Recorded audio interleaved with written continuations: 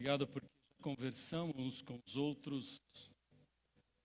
Isso revela a nossa humanidade e o fato de pertencermos a um corpo. E te agradecemos, Pai, porque o Senhor reserva esse lugar, esse tempo para juntos abrirmos a Tua palavra também e deixar que o Teu Espírito fale ao nosso coração.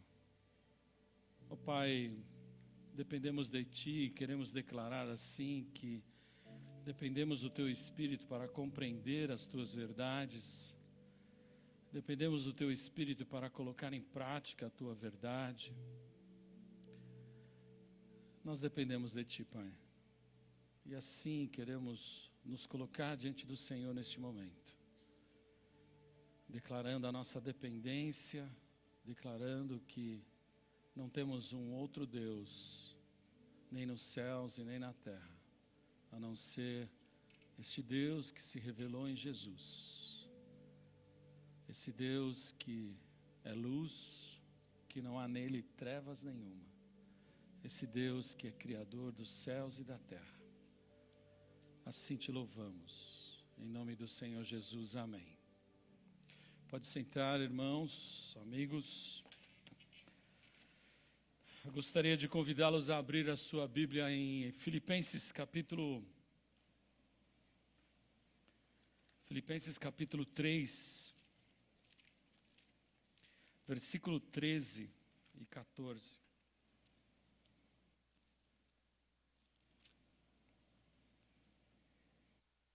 Ou abrir o seu telefone celular também, fica de boa. Eu sou do tempo que não tinha isso ainda, né? Então, é muito interessante. Irmãos, versículo 13. Irmãos, não penso que eu mesmo já tenha alcançado. Mas uma coisa faço, esquecendo-me das coisas que ficaram para trás e avançando para as que estão adiante, prossigo para o alvo a fim de ganhar o prêmio do chamado celestial de Deus em Cristo Jesus.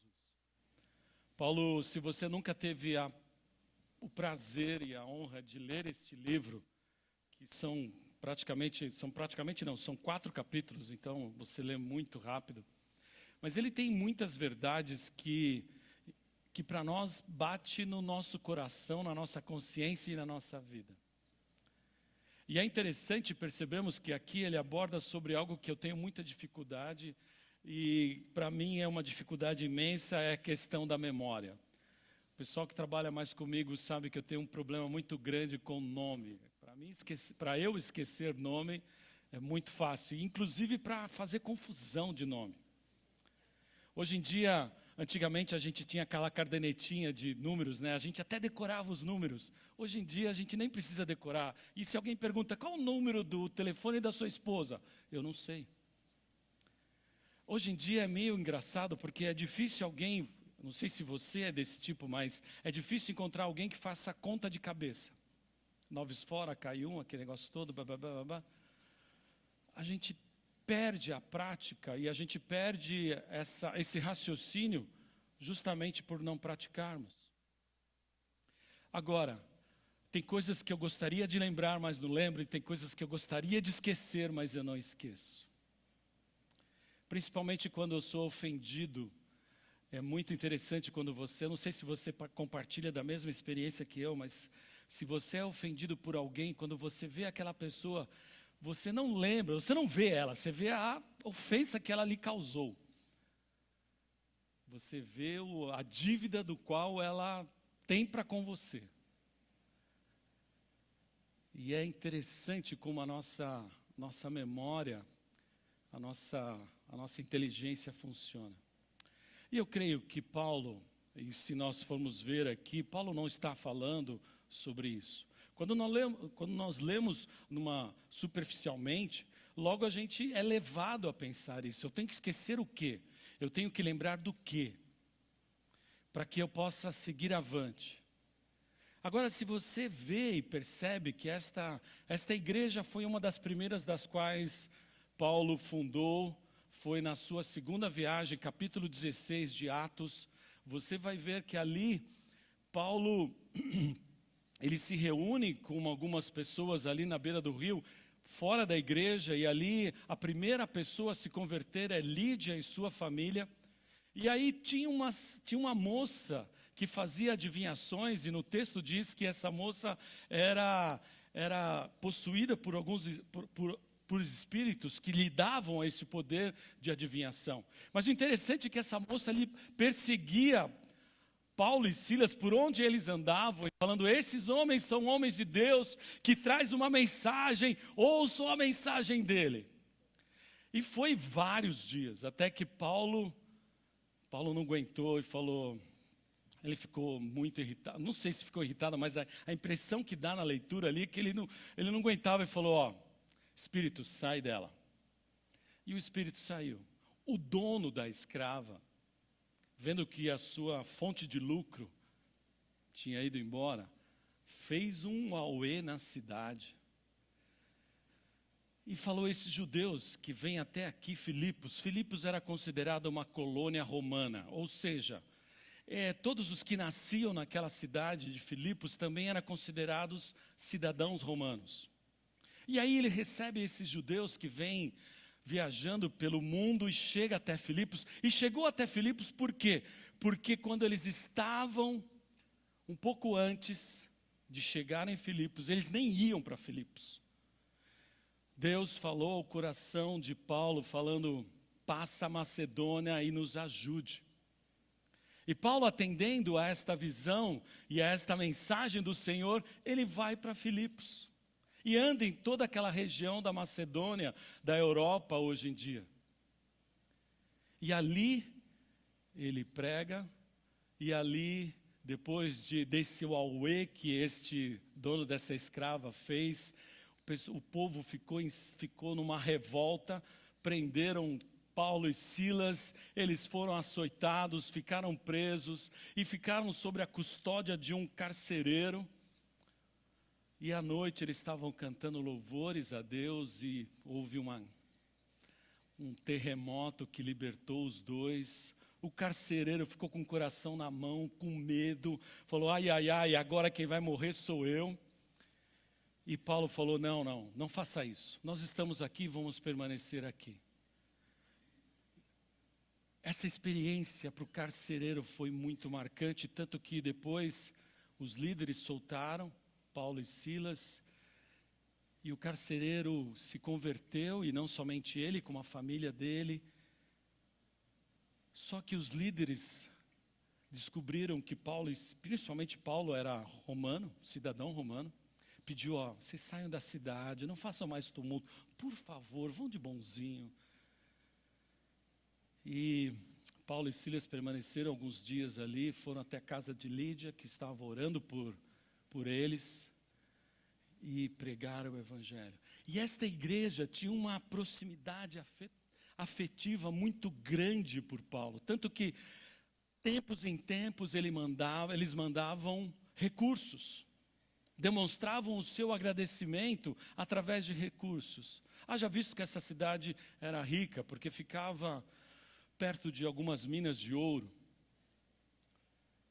Então era uma cidade próspera.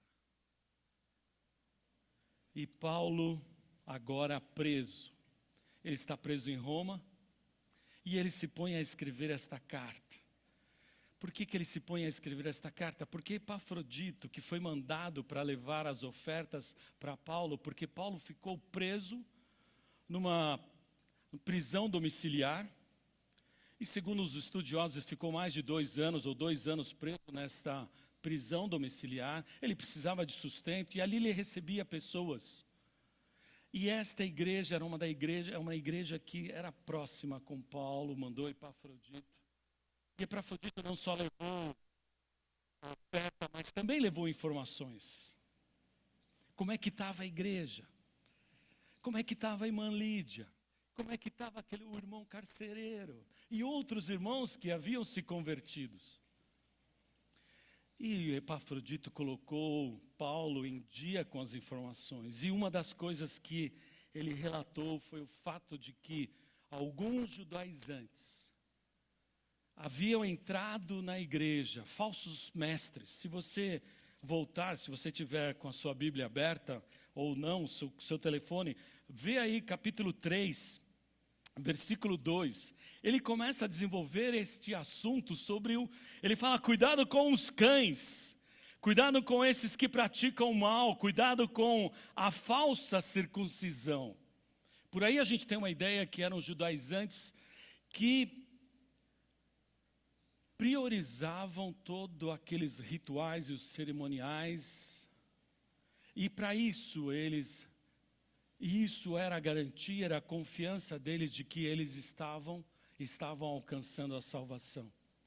Tanto que a partir do versículo 4, ele faz um contraponto com esse pessoal.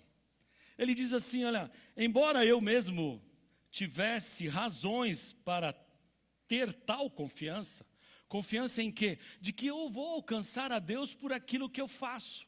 Eu vou alcançar a Deus pelo meu moralismo. Eu vou alcançar a Deus pelo meu legalismo. Eu vou alcançar a Deus por aquilo que eu faço. Eu mesmo podia. E ele começa a relatar, se alguém pensa que tem razões para confiar na carne, muito mais eu. Circuncidado ao 8º dia. Aqui praticamente ele já estava com mais de 40 anos, então ele lembrava que ao 8º dia tinha sido circuncidado. Ou as histórias que os pais dele contavam. Então ele cumpriu a aliança. Em Gênesis capítulo 17, essa aliança que Deus faz com Abraão. E é um sinal de que agora esse povo era de propriedade de Deus. E eles carregavam isso no corpo. Ao 8º dia. Eu pertenço ao povo de Israel, porque tinha muitos que eram moralistas, judaizantes, mas nem eram nascidos, nem eram judeus de origem. Eram pessoas que tinham agregado essa fé judaica, e a partir de então se tornaram zelosos. Ele fala, não, eu sou do povo de Israel. Eu sou da tribo de Benjamim. A tribo de Benjamim era a tribo mais conceituada entre o povo judeu naquela época. Era da família de Saul, era da família de Esther, e quem que salvou Esther e salvou todo o povo? Como é que ele chama? Vamos universitárias. Isso está... Como? Isso. Ele também foi, eu também tinha esquecido. Obrigado. Ele também era da linhagem da família de Mardoqueu. Ele foi escolhido para salvar o povo, através da oração e da vida de Esther. A oração do povo daquela época que estava preso. Então não era qualquer coisa. E ele continua, ele fala assim, ó. Verdadeiro hebreu quanto à lei fariseu. Ou seja, muito cedo, ele nasceu em Tarsis, mas foi mandado muito cedo para Jerusalém para aprender com Gamaliel, que era um famoso rabino. Então ele sabia de toda a lei, não somente sabia de toda a lei, como ele diz, eu sou zeloso. E tão zeloso que eu perseguia a igreja. Se você vai capítulo 8 de Atos, capítulo 8 e 9, quando acontece a conversão de Paulo, você percebe que ali no capítulo 8, ele respirava ameaça. Ele respirava ódio por aqueles que estavam blasfemando contra Deus, que eram os cristãos. Tanto que ele era tão reconhecido como alguém que tinha um peso, que os líderes e sacerdotes deram cartas de autorização para que ele fosse e caminhasse por todo o povo, por todo o mundo conhecido, a fim de prender os cristãos. E ele, a caminho de Damasco, encontra com Jesus. E aí ele coloca assim, olha... Mas o que para mim, versículo 7, mas o que para mim era lucro era a minha condição social, era a minha vida religiosa, é o que eu herdei dos meus pais, que me passaram através de gerações, e eu podia bater no peito e me orgulhar disso. Era a minha cultura, do qual eu assimilei desde pequenininho. Era a minha educação que se destacou dos demais. Tudo isso que era para mim lucro. E eu pensava, agora eu consigo agradar a Deus. Eu sou alguém que tem dignidade e eu posso bater no peito e posso não somente bater no meu peito, mas eu posso acusar tantos aqueles que não andam segundo o meu caminho. Era lucro. Já pensou alguém, opa, Paulo está chegando, vamos abrir. Oh, por favor, Paulo, senta aqui. Era assim reconhecido. Mas ele diz, passei a considerar como perda por causa de Cristo. Mais do que isso, considero tudo como perda, comparando com a suprema grandeza do conhecimento de Cristo Jesus. Quando ele encontrou Cristo, a caminho de Damasco, ele encontrou algo que ele nunca esperava encontrar na sua vida. Ele não estava buscando isso, na verdade ele foi encontrado. Ele foi alcançado, ele diz isso, ele foi esse mesmo Jesus que me alcançou. E com isso me deu acesso a Deus e a ressurreição dentre os mortos. E agora eu considero tudo aquilo que eu tinha como perda. Porque quando eu comparo com aquilo que Jesus é e que Jesus faz, não tem comparação.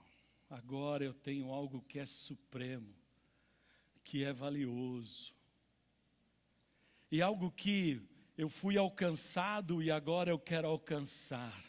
Algo que era um propósito de Deus para a minha vida, que é esse Jesus, agora a minha vida se tornou um propósito para Jesus. Agora a minha vida se tornou um novo significado e uma transformação que me levou para outros caminhos. Me levou para caminhos dos quais eu não escolhi. Mas porque esse Jesus agora se tornou o propósito da minha vida, eu comecei a anunciar este evangelho, que é a salvação para todo aquele que nele crê. E como ele diz em Romanos, e como foi lido hoje de manhã, não é algo que eu possa me envergonhar, porque é a salvação tanto para aquele que é judeu, como para os gentios ou gregos, para todo aquele que crê. E isso deslumbrou o coração e a mente de Paulo de tal maneira, que ele se entregou totalmente. E tudo o que ele enfrentava, açoites, para que esta igreja fosse fundada, ele sofreu açoites, ficou preso, passou fome, sofreu naufrágios, foi considerado o fora da lei daquela época, ficou preso, estava preso agora, por 2 anos, e não sabia se iria sair vivo dessa. E ele, se você ler o capítulo 2, o capítulo 1, ele fala, para mim, o morrer é Cristo e o morrer é lucro e o viver é Cristo. Eu sei que eu estou indo, mas eu fico numa dúvida, porque para mim eu queria me encontrar com Jesus muito. Por quê? Porque, olha, as aflições, a maldade, este mundo, e como Jesus mesmo falou, esse mundo jaz no maligno, e é verdade. É nós que muitas vezes tentamos nos enganar e tentamos nos fazer qualquer coisa para tirar de nós esta figura do qual Jesus falou para nós. Eu preferia estar com Jesus, que é incomparavelmente melhor, mas eu estou aqui e eu creio que eu vou continuar aqui para ser bênção na vida desta igreja e de outras igrejas. É assim que ele se via. Por isso que ele é tão enfático. Quando alguém começava com falsas doutrinas que desviavam da verdade, ou seja, de Jesus, ele falava, esses caras são cães. Hoje tem alguns palavrões que eu nem posso mencionar aqui, nem pensar, mas esse palavrão de chamar alguém de cão era muito ofensivo. Mas tinha uma razão. Eles estavam rebaixando, desvalorizando a pessoa e a obra de Jesus. E ele faz esse lucro e perda, e ele chega até falando assim, olha, perdi o versículo aqui. Versículo 8 mesmo, por quem perdi todas as coisas, eu as considero como esterco, como lixo.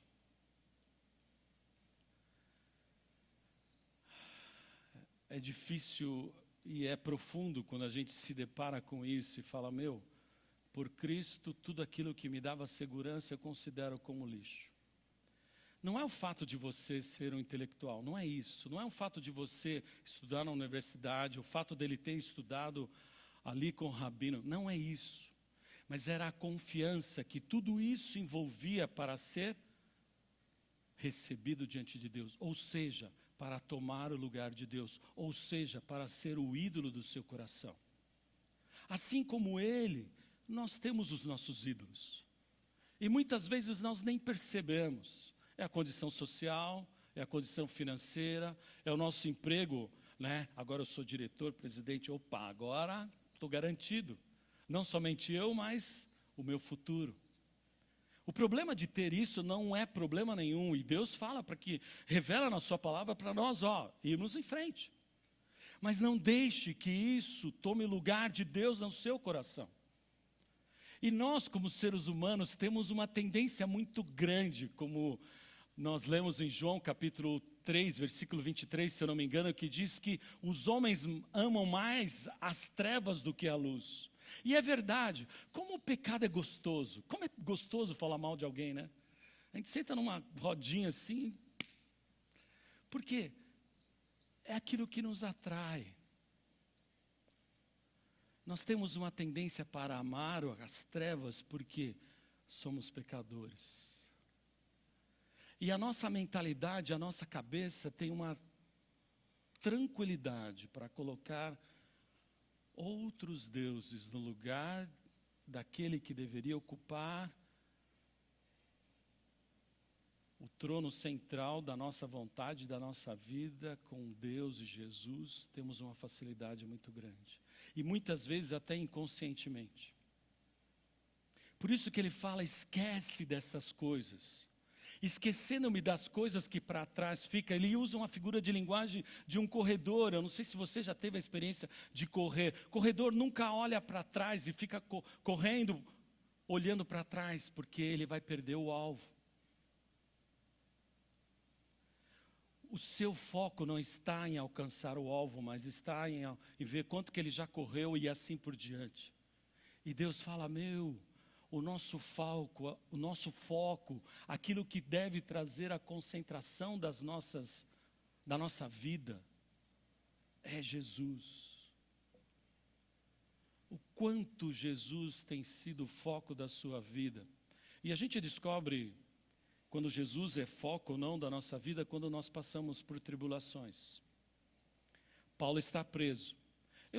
Eu acho que eu teria uma tendência muito grande de colocar Deus na parede, falar, por que Deus? Por que eu estou preso? Tenho muita vida ainda, eu posso pregar, eu posso sair por aí pregando o evangelho. Isso me prende aqui junto com um guarda que troca. Deus, eu não nasci para isso. Deus, por quê? Por que isso ocorreu comigo? Sendo que sou zeloso, eu já sofri coisas. Por ti, eu passei necessidade. Por ti, eu abri mão de do meu status. Por ti, eu abri mão de toda a minha descendência, cultura. Muitas vezes quando eu leio isso aqui, eu não sou judeu, nem hebreu, nem circuncidado ao 8º dia. Então, às vezes a gente fala, isso aqui não é comigo. Mas será? Será que, ao invés de a gente esquecer aquilo que nos traz a segurança, e muitas vezes aquilo que a gente levanta como argumentos para colocar Deus como injusto em nossa vida, será que isso não é o que está ocupando o seu foco. Porque aquilo que ocupa o seu foco, ocupa o seu coração, e aquilo que ocupa o seu coração determina a sua vida. Por isso que na propaganda, o que eles querem? Querem a sua atenção. Conseguiu a sua atenção, eles vão conseguir o seu foco. Conseguindo o seu foco, eles conquistam o seu coração. E usam vários meios. E muitas vezes meios que nós não percebemos. E Deus, e Paulo, inspirado por Deus, está falando para esta igreja e para nós. Faça uma revisão na sua vida. O que está ocupando o foco? O que está ocupando a sua concentração? Que você coloca a sua vida e a sua segurança. É a sua condição financeira, a sua condição intelectual, é a sua educação, é por você morar em Perdizes, sei lá onde for, pela sua herança. Esquece, porque nada disso. Não é a sua condição social, não é a sua condição cultural, não é a sua ideologia, porque muitas vezes a ideologia também se torna um Deus em nossa vida. Seja ela qual for. Quando você menos percebe, você está dando mais valor à ideologia do que a Jesus. E está colocando, e muitas vezes chega ao ponto de colocar em dúvida as ordens de Jesus em relação à ideologia. Esquece. Mas você tem que olhar para frente. Você se esqueceu aonde você estava nas trevas, estava caminhando para viver longe de Deus. E agora que você está aqui na luz, ao invés de você ter o foco em Jesus, o seu coração está te levando para outros caminhos. Porque a vida é assim, né? A vida é dura. E a vida nos leva a tirar o foco de Jesus para colocar em outras coisas. E ele fala, não, irmãos, eu sei que eu não alcancei a perfeição, porque ele está dialogando com isso. E também refutando essa teologia do perfeccionismo. Agora eu não peco nunca mais, já tenho 10 anos de conversão. Deus, quando chega no final do dia, Deus agradece porque eu não pequei hoje. É contra. 1 João capítulo 1, do versículo 7 em diante, diz que nós somos mentirosos e fazemos Deus mentiroso se dissermos que não temos pecado. Mas o sangue de Cristo nos purifica de todo pecado. Agora esquece tudo que te dá segurança, que está sendo colocado no lugar de Jesus. E volta o seu foco, o seu direcionamento de vida para Jesus. E que isso seja o alvo da sua vida. Por quê?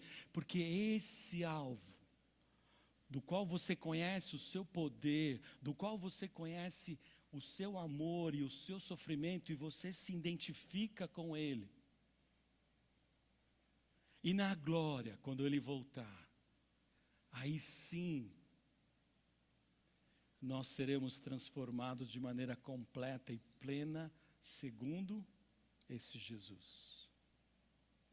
Porque o propósito de Deus, quando nos tirou das trevas, era sermos igual a Jesus. O propósito de Deus, quando nos tirou das trevas, era ter o foco em Jesus, não tirando a nossa personalidade e a nossa singularidade. Porque não tirou de Paulo. E tudo aquilo que Paulo tinha, quando ele colocou nas mãos de Deus, o seu conhecimento, até mesmo ser judeu, Deus usou para evangelismo, usou para transformar vidas. Porque ele colocou nas mãos de Deus e falou, isso aqui não tem mais valor.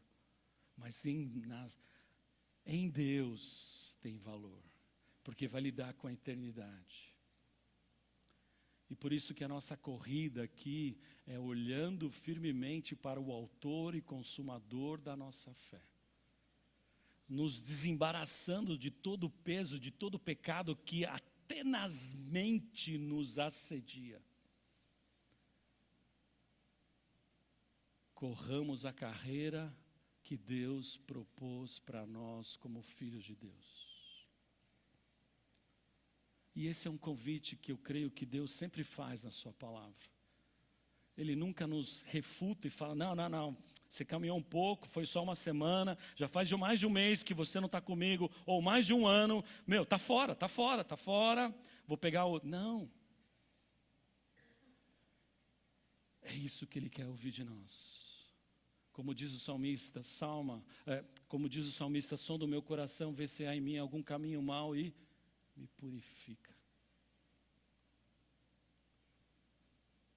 E é esse o convite que Deus faz para mim, para nós, através da sua palavra. Na sua carreira cristã, o que tem sido o foco da sua vida? Na sua carreira cristã, o que você tem trazido à lembrança? A sua condição social, o seu status, as suas tribulações? Né? Às vezes você passa necessidade, né? Passei necessidade, passei até fome, morei num cubículo na periferia lá do Grabobó, então de São Paulo. Deus, independente. A mesma graça que se revelou a nós, a qualquer um, se revela em qualquer lugar.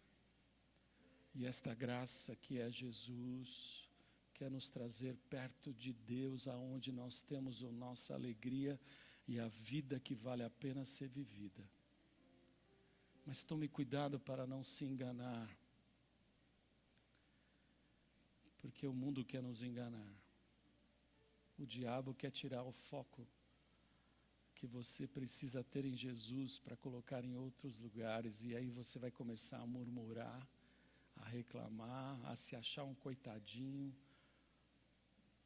e aí você vai perdendo a plenitude desta vida e a alegria, que mesmo em prisão, Ele fala, alegre-se no Senhor, outra vez vos digo, alegrai-vos.